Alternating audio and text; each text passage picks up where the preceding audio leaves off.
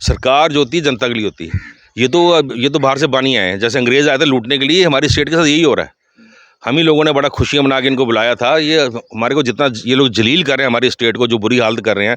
Mining में देख लो, वो पीछे कोई सांबा की कठुआ की तरफ एक लड़का डूब के मरा के खड्डा, मतलब 1 से 3 मीटर अलाउड है, 30-30 फुट गहरे खड्डे खोद के सामान निकल रहा है। और उसमें क्या करते हैं, पहले तो है ना रेत बजरी, अब तो क्या बड़ी सी शावल है 30 वो जो निकालता है पूरा, और सीधा डंपर के अंदर उसमें रेत बजरी पत्थर जो आता है सीधा जाता है रेलवे स्टेशन पे। वहाँ बड़ी बड़ी वैगनें खड़ी हैं, सीधा उसके तो 500 वैगन रोज़ की यहाँ से मटीरियल बाहर जा रहा है। और ये हमारे जो है नदी नालों की वो हालत कर देंगे ना, वाटर टेबल नीचे जाएगा और आने वाले 50-70 सालों में ये जो नुकसान होगा ये पूरा नहीं होगा। आप देख रहे हैं न्यूज़ सर इंडिया और मैं हूं अरफाज अहमद डैंग। आज की खास मुलाकात में हमारे साथ मौजूद हैं विजयंत पठानिया जी, सीनियर नेता डोगरा स्वाभिमान संगठन। सर स्वागत है आपका न्यूज़ सर इंडिया में। बहुत बहुत धन्यवाद अरफाज जी।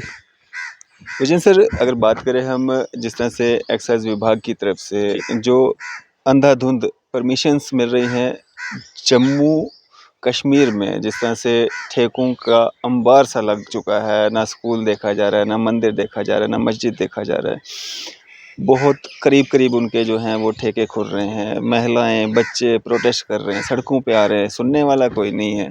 कैसे देखें? देखिए अरफाज जी, मैं पहले एक चीज़ क्लियर कर दूं कि मैं डोगरा स्वाभिमान संगठन पार्टी का जम्मू अर्बन का प्रेसिडेंट हूं, और हमारी पार्टी की और हमारे चेयरमैन साहब की जो है उनका एक स्टैंड है कि हम इस नशे के खिलाफ हैं। तो चौधरी साहब का कहना था कि हम तो चाहते हैं ये बंद हो, अगर बंद नहीं हो रहा तो जो हमारे जम्मू के लोकल आदमी काम कर रहे थे उनको छीन के सरकार माफिया क्यों लाई। ये जो जम्मू शहर में भी हड़बड़ी मची है ना, सब माफिया की वजह से है।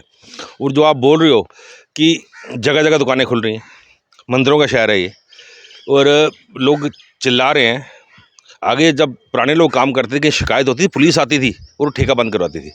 और अब क्या है, पुलिस साथ होके खुलवा रही है, क्योंकि ऊपर से आदेश ही ऐसे उनको, ये कोई नहीं देखा जा रहा। मंदिर मस्जिद, जम्मू तो मंदिरों का शहर है। मैं आपको एक छोटी सी बात बताता हूँ कि लद्दाख यूटी बनी है, वो भी अलग से। लद्दाख ने इस साल जो अपनी पॉलिसी निकाली है उसमें उन्होंने कि इस चीज़ का ध्यान रखा है, मैं आपके कैमरे में दिखा देता हूँ, ये जो मैंने हाईलाइट किया हुआ है।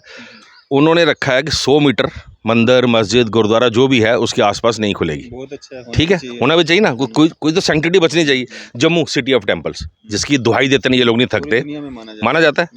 यहाँ इन्होंने जो एक्साइज पॉलिसी निकाली उसमें ऐसी कोई चीज़ नहीं रखी, आप कहीं भी खोल सकते हो। इस बार तो उन्होंने ये कर दिया है, जैसे पंजाब में होता था, किसी ठेकेदार को दुकान नहीं मिलती है तो वो कोई जगह देखे या गवर्नमेंट को लैंड देखे, वहाँ जाके वो 4 बल्लियाँ लगा के टीन के लगा के शेड बना के दुकान खोल सकता है। यहाँ तक बात आ गई है, बहुत जगह पे है भी, और ये जम्मू में ये लोग ले आए हैं। अच्छा, इस बार जम्मू में इन्होंने ये लोग कर दिया है। यहाँ पे भी अगर आपको जगह नहीं मिलती है, दुकान नहीं मिलती है, आप कहीं पे भी तंबू लगा के टेम्परेरी दुकान बना के खोल सकते हो। हाँ, इस बार ये भी आ गया। मतलब इतना जम्मू के लोगों पे जो है सरकार ध्यान दे रही है। देखो, पीछे मैंने 2 दिन पहले अखबार में पढ़ा था, हमारे माननीय विकास पुरुष एलजी साहब ने बोला था कि यूथ को आगे आना चाहिए ये ड्रग्स के खिलाफ। तो दूसरी तरफ ठेके पे ठेके खोले जा रहे हैं, स्कूल कॉलेज मंदिर कुछ नहीं देख रहे कि अवेलेबिलिटी बढ़ा रहे हैं। तो मेरे को लगता है शायद एलजी साहब इसको एनर्जी ड्रिंक मानते हैं कि चिट्टे के खिलाफ लड़ाई लड़ो और सुबह उठ के आप लोग पियो और मज़े करो। मतलब ये दोगला चरित्र है ना। उसके बाद जो नई पॉलिसी आपने लाई है, मैं आपको बताता हूँ। जब पुराने लोग काम कर रहे थे कि हम लोग इसमें ट्रेड में थे, नई पॉलिसी लाने का दुकानें बढ़ी हैं, आपको पता है, दुकानें इस साल भी दुकानें बनाई हैं उन्होंने। अब हाँ, बोलते हैं ना, दुकानें बढ़ी हैं तो रेवेन्यू बढ़ने चाहिए, रेवेन्यू कम हो रहे हैं। ये लोग जो बताते हैं कि अगर रेवेन्यू बढ़ा है, उस ज़माने में जो पुराने दुकानदार थे कोई चीज़ 100 रुपये की बेचते थे, अभी ये इन्होंने कर दिया उसका रेट 175 रुपये, तो रेवेन्यू तो बढ़ेगा। वो तो सिंपल सा एक लॉजिक है ना। पर नंबर ऑफ बॉटल्स एक्साइज में हर साल बढ़ती हैं, कम नहीं होती। नंबर ऑफ बॉटल्स क्यों कम हो रही है? नंबर ऑफ बॉटल्स कम होने का मतलब है कि 2 नंबर की बिक्री है, बाहर से आगे बिक्री है, फैक्ट्री से बिना गवर्नमेंट को रेवेन्यू दिए शराब निकाली जा रही है। इसका सिंपल सा तरीका है। उसके बाद मैं आपको बताता हूँ, ये इनको मैं आपको कैमरामैन को बताऊंगा इस पर थोड़ा। ये देखिए, एक ये फिगर है, ये आप देख लें, है ना। 2021-22 से 1500 कुछ करोड़ दिखाया। इस दिन ओल्ड वाइन ट्रेडर्स ने की थी प्रेस कॉन्फ्रेंस, उन्होंने ये फिगर दिखाई थी, ये सरकारी फिगर है। हमारी प्रेस कॉन्फ्रेंस के बाद अगले दिन देखो फिगर क्या होगी, 1700 कुछ करोड़, ये चेंज होगी। और 250 करोड़ रुपया ये कहाँ से आ गया? इस साल भी ऐसा हुआ है। अभी थोड़े दिन पहले ओल्ड वाइन ट्रेडर ने प्रेस कॉन्फ्रेंस की थी, आपने वो फिगर एक शो की, गवर्नमेंट की वेबसाइट से निकाली थी, दूसरे दिन वो फिगर चेंज होगी। ये ऐसा कौन सा जादू है? मैं तो आपके माध्यम से अपना chief secretary Arun Mehta, commissioner साहब और एलजी साहब को एक रिक्वेस्ट करना चाहता हूँ कि हमारे बोलने से रेवेन्यू बढ़ता है, तो मैं उनसे एक रिक्वेस्ट करता हूँ, कृपया आपने जो पुराने 170-72 परिवार कत्ल किए हैं, तो हमारे बोलने से रेवेन्यू बढ़ता है, तो आप उसमें कुछ ऐसे कोई गवर्नमेंट का ऑर्डर निकाल दो ना यार, 200-250 करोड़ बढ़े, कुछ परसेंट हमको बांट दो। मतलब एक रात में ही है जब इतना फायदा हो जाता है, उसको जब भी आपका रेवेन्यू कम होता है हमको बोलो, हम प्रेस कॉन्फ्रेंस करेंगे, आपका रेवेन्यू बढ़ेगा, वो हम लोगों को बांट दो यार, हमारे बच्चे भी तो खाना खाएं। मतलब ये क्या मजाक चल रहा है इस यूटी में कि गवर्नमेंट की फिगरें चेंज हो जाती हैं। हमने तो आपको जो बताया कि मेरा डाटा नहीं है, गवर्नमेंट की वेबसाइट पे जब हम बोलते हैं तो चेंज हो जाता है। और जो बोतलें कम हुई वो गवर्नमेंट की वेबसाइट पे है। मतलब हर चीज़ सामने है और दुकानें बढ़ रही हैं, रेवेन्यू कम हो रहे हैं। इस बार तो उन्होंने ये भी कर दिया है कि जो फैक्ट्रियाँ बंद पड़ी हैं उसको लोगों को बेवकूफ़ बनाने के लिए, to promote the local industry जो बंद पड़ी है आप लीज़ पे दे सकते हो। लीज़ पे कौन लेगा? जिन लोगों ने जिस माफी ने यहाँ ठेके लिए हैं ना, वो फैक्ट्री लीज पे ले लेंगे, उस पर अपनी खुद बनाएंगे, उसकी क्वालिटी कौन चेक करेगा? आप देख रहे हो जम्मू में जो हो रहा है। मतलब इस बार जो रेट बढ़ाए इन्होंने, इतने रेट कभी नहीं बढ़े। जी सर, एक चीज़ और भी देखी जा रही है पूरे जम्मू कश्मीर में, जो लोग इसके आदी हैं या जो लोग लेते हैं, जो कंज्यूम करते हैं लेकर, वो कहीं ना कहीं जो है उनसे एक्स्ट्रा चार्ज भी किया जा रहा है। इससे पहले जब भी कभी कहीं 1 रुपये या 2 रुपये भी एक्स्ट्रा चार्ज होता था, दुकानों को सील किया जाता था, कानूनी कार्रवाई फेस करनी पड़ती, लेकिन अभी 100 150 200 रुपया मतलब रेट्स जो प्रिंट रेट लगे हैं उससे एक्स्ट्रा लिए जा रहे हैं। तो कोई सुनने वाला नहीं है, खबरें भी चल रही हैं, सारा कुछ हो रहा है, लेकिन सुनवाई कहीं नहीं है। ये सोशल मीडिया कितने प्लेटफॉर्म से आया ये, मतलब सबके पब्लिक डोमेन में है ये लोग, और उसके बाद भी ये डिपार्टमेंट नहीं जाग रहा। मुझे लगता है इसकी मिली भगत है। आगे डिपार्टमेंट मिली भगत ही है ना, एक्शन किसने लेना है? डिपार्टमेंट को क्या ज़रूरत है, उनको तो तनख्वाहें मिल रही होती है। सब बात तनख्वाह की नहीं है, ये उनका फ़र्ज़ है। जो उन्होंने एमआरपी एक तय कर दी, उससे ऊपर कैसे बेच सकते हो आप? किसी दुकान पे जाके, मैं आपको चैलेंज करता हूँ, आप बिल मांग के देखना, आपसे बदतमीजी करेंगे, वो दूसरी दुकान से ले लो। और दूसरा बोलते हैं कि हमने करोड़ रुपए की दुकान ली है, पैसा पूरा करना। मतलब गवर्नमेंट एक तरह लोगों को बेवकूफ़ बना रही है कि हमने ऑक्शन की है और इतने पैसे कमाए हैं। अल्टीमेटली सफर कौन है? कंज्यूमर। मतलब उसकी चमड़ी उतार के पैसे निकालोगे। एक दुकान है, गवर्नमेंट को पता फिक्र होती है, गवर्नमेंट के पास भी, इस दुकान का 25 लाख रुपया जायज़ है, उस दुकान की बोली 1 करोड़ जाती है, तो वो जो बोली लगा रहा है वो तो पैसे पूरे करेगा। वो कैसे पूरे करेगा ये लोग बेहतर जानते हैं। लेकिन वो इलीगल तरीके से करेगा, तो इलीगल तरीके से जो काम करेगा उसके खिलाफ कार्रवाई होनी चाहिए ना सर। कार्रवाई नहीं हो रही ना। देखो आगे जब पुराने लोग काम करते थे ना, छोटी सी शिकायत जाती थी थाने में कि इस दुकान पे 10 रुपये फालतू नहीं है, वहाँ से थाने से सिपाही आ जाता था, अफसर आ जाता था। हमने तो 1-1 रुपया फालतू लेते हुए लोगों को देखा है, कार्रवाई हुई है, आपने देखी है ना। अब इस बार तो सोशल मीडिया चला रहा है, शिकायतें कर रहे हैं, दिखावे के लिए 2-4 दुकानों पर जाते हैं और साथ में एक पोर्टल वाला साथ ले जाते हैं। अब छापा मारने जा रहे, पोर्टल वाला आपके साथ क्या कर रहा है? अब गुपचुप छापा मारो, सख्त कार्रवाई करो। अब दुकानें सरकार महंगी बेचेगी और भरपाई करेगी आम जनता से, ये तो कोई तरीका नहीं। पहली बार देखा है कि मेरे को लगता है साथ मिल के इस लूट में साथ में मिले हुए सारे, और साथ में मिल के करवा रहे हैं ये लोग। अल्टीमेटली कंज्यूमर सफ़र कर रहा है ना, और ऊपर से बोलते हैं जी। मतलब इस बार आपको बताऊं कि जो रेट बढ़े हैं, जैसे एक मिसाल देता हूँ, 175 का मेरा एलसा का निपटा 200 रुपये का हो गया, उसके ऊपर भी 20-25 रुपये ऊपर ले रहे हैं। ऐसा है ना।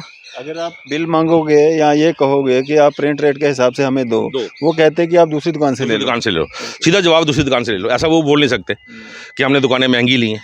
सुनवाई कहाँ करनी है?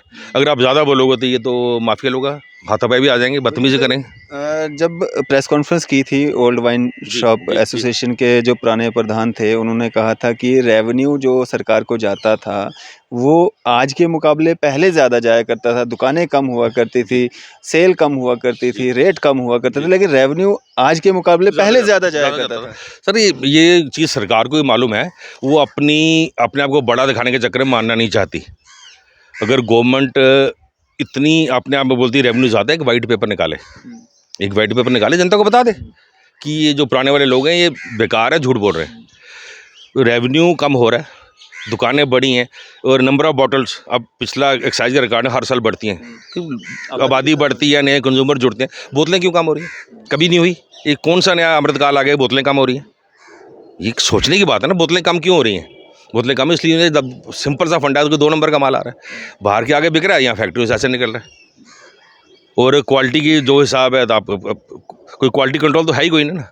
वजह सर इसका जिस तरह से धड़ल्ले से हर गली नुक्कड़ पे, स्कूल के पास में, कॉलेज के पास में या मंदिर के पास में, मस्जिद के पास में जो ठेके खुल रहे हैं, आम जनता पे, युवाओं पे इसका क्या असर पड़ेगा, बच्चों पे इसका क्या असर पड़ेगा? पहले तो कहीं 2-4 किलोमीटर जा कर के अगर किसी को कंज्यूम करना भी है, लेना भी है तो जाते थे, लेते थे, पर्दे से पर्दादारी हुआ करता था, पर्दे से होता था। लेकिन अब जो ये आम हो चुका है, मतलब आप जैसे बियर को एक आम माना जाता था कि गर्मी है तो बियर पी लो, तो क्या अब ये भी सारा लिकर जो भी है तो ये आम हो जाएगा? देखो सिंपल सी बात है कि पहले जो दुकानें चल रही थी कुछ पर्दे में थी, कुछ गुपचुप चल रही थी, इन्होंने जानबूझ के छेड़खानी की।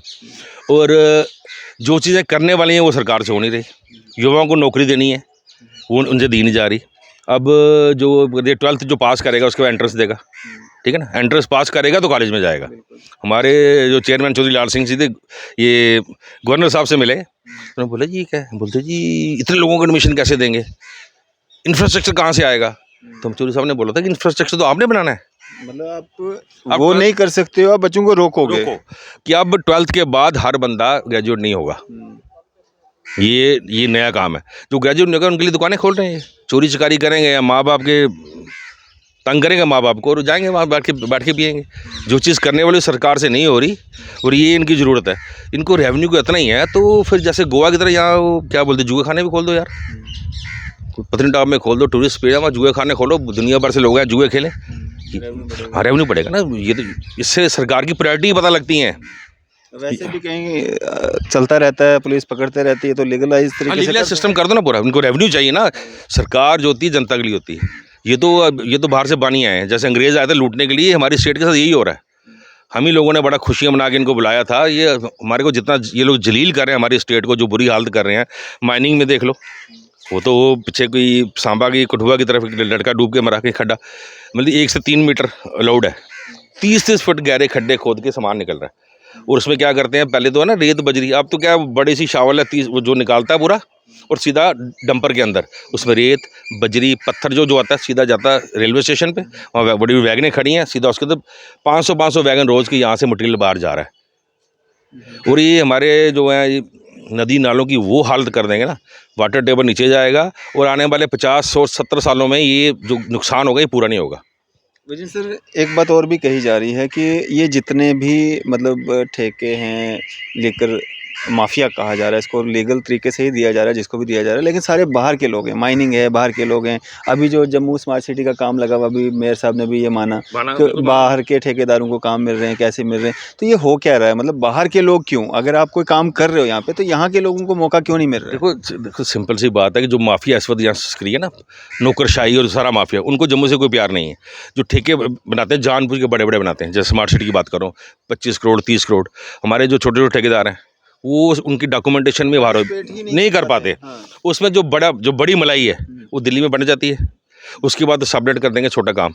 उसमें जब अब दूध है ना, जगह वो क्रेड बोलते हैं हम लोग, उसमें थोड़ी सी 1 चम्मच चीनी डाल देते हैं, दे देते हैं, रगड़ो और खाओ। तभी तो जम्मू शहर में मंदा है, सारा पैसा बाहर जा रहा है।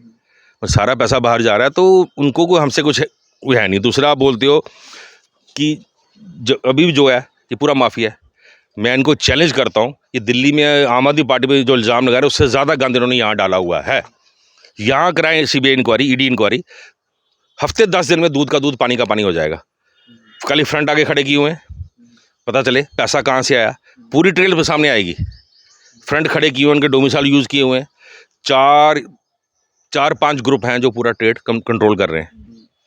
दिल्ली में बोलते थे जो लोग जो मैन्युफैक्चरर है उसको होलसेल नहीं देंगे, जो होलसेल में उसको रिटेल नहीं देंगे। यहाँ तो एक ही लोग मैन्युफैक्चरर, होलसेल, रिटेल भी उनके पास है। ये सारा गंद उन्हीं का डाला हुआ है। पहले सिंगल दुकानदार था, जैसे हम कोई 100 रुपये की चीज़ बेचते थे, गवर्नमेंट ने हमें फिक्स किया हुआ था, उसमें हमारा 10-12% जो भी मार्जिन था। और जब गवर्नमेंट ने रेवेन्यू बढ़ाना होता था वो टैक्स बढ़ाती थी, हम लोग टैक्स इकट्ठा कर उनको देते थे, तभी रेवेन्यू था और गवर्नमेंट का कंट्रोल था। गवर्नमेंट इतनी उसमें हावी थी। सबसे बेस्ट सिस्टम हमारा था लाइसेंस सिस्टम जम्मू का। अगर कोई ईमानदार आदमी होता, ईमानदार LG होता, इस सिस्टम को कभी भी चेंज नहीं करता। ये क्यों चेंज हुआ है ये भी चर्चा का विषय और इस पर जांच होनी चाहिए। सर, आप एक पॉलिटिकल नेता हैं, डोगरा स्वाभिमान संगठन के एक सीनियर नेता हैं। अभी जिस तरह से ये जो चर्चाएँ चल रही हैं, अगर हम बात करें जो जम्मू कश्मीर के गवर्नर रह के यहाँ से गए हैं सत्यपाल मलिक साहब, उनके द्वारा जो बयानबाज़ी की जा रही है, ख़ासकर पुलवामा को लेकर के या बाकी सारे मुद्दों को, फाइल्स को, कुछ 300-400 करोड़ की बात वो करते हैं। तो कैसे देखते हैं अभी जिस तरह से उनको डिटेन भी किया गया था? देखो, अब ये लोग उन पे इल्ज़ाम लगा रहे थे, तो उनको गवर्नर कौन लाया था? ये लोग लाए थे ना। अब बोलते तब क्यों नहीं बोले? अब सीधी ये जो कॉन्स्टिट्यूशनल पोस्ट होती हैं उसकी उनकी कुछ मर्यादाएं होती हैं। मेरे को पक्का नहीं हो सकता कि अब चेयर पे आके नहीं बोल सकता। बोल रहे हैं तो कोई छोटी मोटी चीज़ तो है नहीं वो। हमारे स्टेट के, यूटी के नहीं, स्टेट के हेड रह चुके हैं। तो उन्होंने कोई अगर चीज़ उठाई है, जनता के मन में कोई शक है, तो गवर्नमेंट को चाहिए उसकी इंक्वायरी कराए। दूध का दूध, पानी का पानी होना चाहिए। कितनी बड़ी हुई, इतने लोग हमारे शहीद हुए हैं, कैसे हुए? जो बोलते उन्हें एयरक्राफ्ट मांगे क्यों नहीं दे पाए? इतना बड़ा हिंदुस्तान सूडान से या कहाँ से जहाज़ भेज के अपने बंदे उठा सकता है, तो दिल्ली से हमारे अगर जवान जाने थे कश्मीर तो 4 जहाज़ देते, कौन सी मौत पड़ती थी इनको? और दूसरा जो वो बोल रहे हैं वो तो जग ज़ाहिर है, जम्मू का हम हर बंदे को पता है। और जो उसमें तो गवर्नमेंट एम्प्लॉय भी चलाए थे। जब इंश्योरेंस, सरकारी इंश्योरेंस उनको दी गई तो रेट बढ़ा दिए थे, तो सेक्रेटरी के एम्प्लॉय चलाए थे, इसमें गड़बड़ है। वो तो जग ज़ाहिर है, उस पर इंक्वायरी होनी चाहिए, कौन है क्या है सामने आना चाहिए। मैं तो उनके हक में हूँ, मैं तो सपोर्ट करता हूँ उनको। अभी जो पुंछ में हुआ, जो हमारे 5 जवान जो इन कायर आतंकवादियों ने जिस तरह से हमला किया, हमारे 5 जवान उसमें शहीद हुए, कैसे देखते हैं? देखिए, वो तो बड़ा मतलब बड़ी दुख की बात है कि जवान शहीद हो रहे हैं, और दूसरी तो हमारे एलजी साहब बयान देते हैं कि हमने उग्रवादी की कमर तोड़ के रख दी है। अभी तक ढांगरी वाली जो बेचारी माँ है, इसके 2 बच्चे हैं, वो बोलती मेरे को नौकरी नहीं चाहिए, मेरे को पैसा नहीं चाहिए, मेरे को कातिल चाहिए। अब तक वो ढूंढ के दे नहीं सके। और इनाम भी रखा गया। इनाम भी रखा गया, कुछ नहीं होना। अब क्यों उस पर क्यों नहीं बोलते? ये लोग वहाँ जाके उनको अश्योर कर गया महीने के अंदर उनको जन्म पहुँचा देंगे।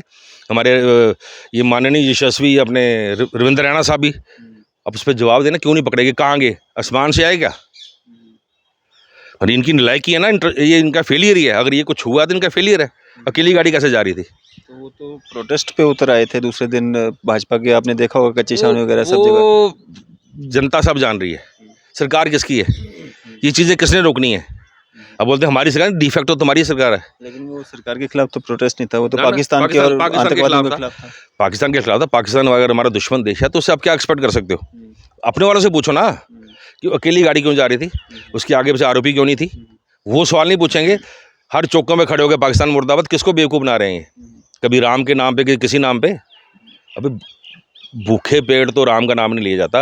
जम्मू की तो उन्होंने वो हालत कर दी है, व्यापार उड़ा हुआ है, माफिया। हर जो जम्मू के लोगों का व्यापार तो माफिया घुसा हुआ है। नौकरियां ये लोग दे नहीं रहे, मतलब ये लोग हमको इकोनॉमिकली कमज़ोर कर रहे हैं। अब मैं आपको माध्यम से बोलना चाहता हूँ सभी पार्टियों से, इनसे भी, ये जम्मू के जयचंद भाजपा वाले भी, अगर जम्मू से ज़रा भी प्यार है, अभी जो इस मई महीने में जो नए रोल्स आने हैं, सभी पार्टियों का फ़र्ज़ बनता है वो रोल चेक करें, तसल्ली से चेक करें। सिविल सोसाइटी वाले भी चेक करें जिनको नॉलेज है। अगर उसमें आपको वार का वोटर दिखता है तो हमको वो लड़ाई लड़नी पड़ेगी। 4 साल इलेक्शन नहीं, हम 1 साल 2 साल और वेट कर लेंगे, पर ये नहीं होने देना हमने। ये मैं आपके माध्यम से बोलना चाहता हूँ, ये लड़ाई लड़नी पड़ेगी। जम्मू वालों को ज़मीनें हमारी चलेगी, व्यापार चलेंगे, नौकरियां मिल नहीं रही। जब वोटर भी बाहर के आ गए तो आपके पास बचेगा क्या? लेकिन आप भाजपा के नेताओं से जो जम्मू कश्मीर के हैं उनसे भी अपील कर रहे हैं, लेकिन उनके लिए तो सख्त आदेश हैं भैया, आप तो बोल ही नहीं सकते कुछ भी। बोल नहीं सकते, फिर जम्मू की जनता देखेगी, करेगी फैसला हो। और नहीं ये लोग कुछ बोलते हैं तो अब जो चुनाव आता है, जनता से मेरी अपील है कि किसी को भी जिताओ, इनका सुपड़ा साफ करना शुरू कर दो। Panchayat, DDC, BDC, municipal corporation, local body, इनको यहाँ से हटा दो अगर जम्मू को बचाना है आपने तो। ये मेरी जम्मू की जनता से, जम्मू कश्मीर की जनता से एक रिक्वेस्ट है कि इसको एक अपना समझो कि हमारा एक धर्म है ये। अगर आपने हमारी जम्मू कश्मीर, इसको जम्मू को बचाना है, जम्मू कश्मीर को, तो आपको लोगों को ये चीज़ करनी पड़ेगी। हम लोग अलग अलग धर्म के हैं, जैसे ये मुसलमान है, ये अपने धर्म को मानते हैं, मैं हिंदू अपने धर्म को मानता हूँ, मैं इसमें खुश है। ये जय श्री राम के लोगों को बेवकूफ़ बनाए या कोई अल्लाह के नाम पे बेवकूफ़ बनाए, ये नहीं चलेगा। ठीक है ना? हाँ, हम अपने भाईचारे में हैं, हम फर्स्ट क्लास हैं। छोटी मोटी बातें होती रहती हैं, वो बैठ के हम लोग सुलझा सकते हैं, उसमें ऐसा कुछ नहीं है। ये जो लड़ाई मैं बोल रहा हूँ, वोटों की लड़ाई लड़नी पड़ेगी। अब ये सबसे बड़ी लड़ाई है। इलेक्शन भी नहीं हो गया, हम वो भी सार लेंगे हम, पर ये लड़ाई हमको लड़नी पड़ेगी। तो आपको क्या लगता है, मतलब इलेक्शन के इर्द गिर्द जो है बाहर के वोटर्स को यहाँ पे एनरोल किया अभी भी पांडुरंग पोले ने बोला, उसने स्टेट असेंबली चुनावों का नाम नहीं लिया। उसने बोले 2-3 चुनाव होने वाले हैं। उसने ये डीडीसी, बीडीसी, पंचायत बोली है, ये म्यूनसिपल बोलिए और राष्ट्रीय चुनाव बोले, ठीक है ना। और हमको डाउट है, मैंने पहले भी बोला था, अब भी हमको डाउट है, हमको पूरा शक है ये लोग करेंगे। जब बाहर के लोगों को डोमिसाइल बनने हैं, अफसरों को सख्त आदेश है, कोई भी डॉक्यूमेंटों से डोमिसाइल बना दो। जब आपने डोमिसाइल बना दिया तो आप तो वोटर रजिस्टर हो सकते हो। तो हम लोग जो पुरखों के टाइम से यहाँ पे रह रहे हैं, हम भी डोमिसाइल, जो साला डोमिसाइल किसका होता है, जो टेम्परेरी कहीं जाकर रुकता है, ये तो हमारी जन्मभूमि है, हमारे पुरखों की मिट्टी है ये, और हम भी डोमिसाइल। तो अगर लोग अपनी सर्विसेज 15-15, 20-20 साल से 30 साल से यहाँ पे दे रहे हैं, अगर उनका वोट यहाँ पे बन जाता है तो उससे कितना ही फर्क पड़ जाएगा। देखो कितने की बात नहीं है, ये जो चुनी हुई सरकार है उसको फैसला लेना चाहिए था। ये देखो महाराजा का टाइम भी था, बाहर के लोग आए थे, महाराजा देखते थे कौन से लोग जो हमारे हक में, हमके लिए अच्छे, हमारे समाज के लिए अच्छे, वो लाते थे। ये तो उन्होंने खोल दिया हो ना, यूपी बिहार से कोई भी आ रहा है। लेकिन सेंटर में तो चुनी हुई सरकार है, वही तो ये फैसले ले रही है, तो उसी को तो आगे इम्प्लीमेंट। देखो जम्मू के लोगों को एक गलत फहमी है ना, जो बीजेपी के सपोर्ट हम बात करते हैं कि बहुत दुखी वो भी हैं, तो उनके मैं जो उनकी लैंग्वेज बोलता हूँ, ये बोलते हैं ये मोए दिल्ली जाके बात नहीं करते। कौन? ये बीजेपी ने जो नेता हमारे यहाँ जम्मू की ही बात नहीं करते, उनको कौन समझाए। जो दिल्ली में बैठे हो ना, वो स्पॉट नाना है, स्पॉट नाना और या वायसरा साहब बैठे हैं, कि मिली भगत है, जो जम्मू में हो रहा है उनकी मर्जी से हो रहा है। वो बोलता ना कि एलजी साहब कि बहुत बढ़िया काम कर रहे हैं, प्रधानमंत्री की योजनाओं को ज़मीन पे उतार रहे हैं, तो उसमें क्या है, इनको बोलते हैं एलजी से बात करो। जम्मू में जो कुछ हो रहा है ये सेंटर की मर्जी से हो रहा है। जम्मू के लोग जितनी जल्दी समझ लेंगे उतनी जल्दी इनके ये ना दुख दर्द दूर हो जाएंगे। इनको गलत फहमी है, दिल्ली को सब कुछ पता है। ये जो भी यहाँ प्रयोग हो रहे हैं ना, ये प्रयोग सब उनकी मर्जी से हो रहे हैं। चलें, शुक्रिया हमारे से बातचीत करने के लिए। ठीक है डंग साहब, बढ़िया। तो ये थे हमारे साथ विजयंत पठानिया साहब, डोगरा स्वाभिमान संगठन सीनियर नेता। आपकी इस सब पे क्या राय है, आप भी अपनी राय जो है ज़रूर साझा कीजिएगा। इसी तरह की मज़ीद अपडेट्स के लिए आप देखते रहे न्यूज़ सर इंडिया। मैं अरफाज अमडैंग, कैमरामैन शाहनवाज के साथ।